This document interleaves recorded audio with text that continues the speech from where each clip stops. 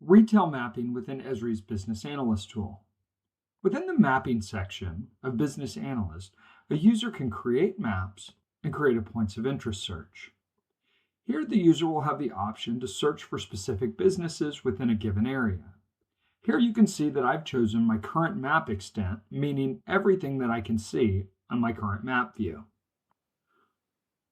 You'll also notice that I have options on which data provider to use for my business search: Data Axle, SafeGraph, or Foursquare. Within the Enter, Keyword, Category, etc., you'll see that I have the option to search for specific businesses via keyword, top retailers, or category, or even to search all points.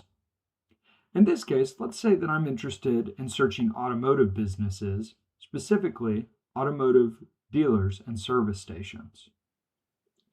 If I select Search, you'll see the business points populate on the map.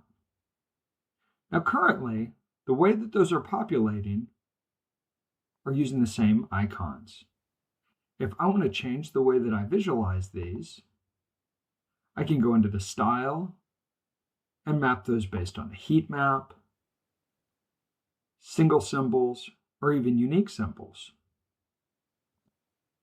If I determined that I wanted to search only the most popular businesses, I could also come in here and filter.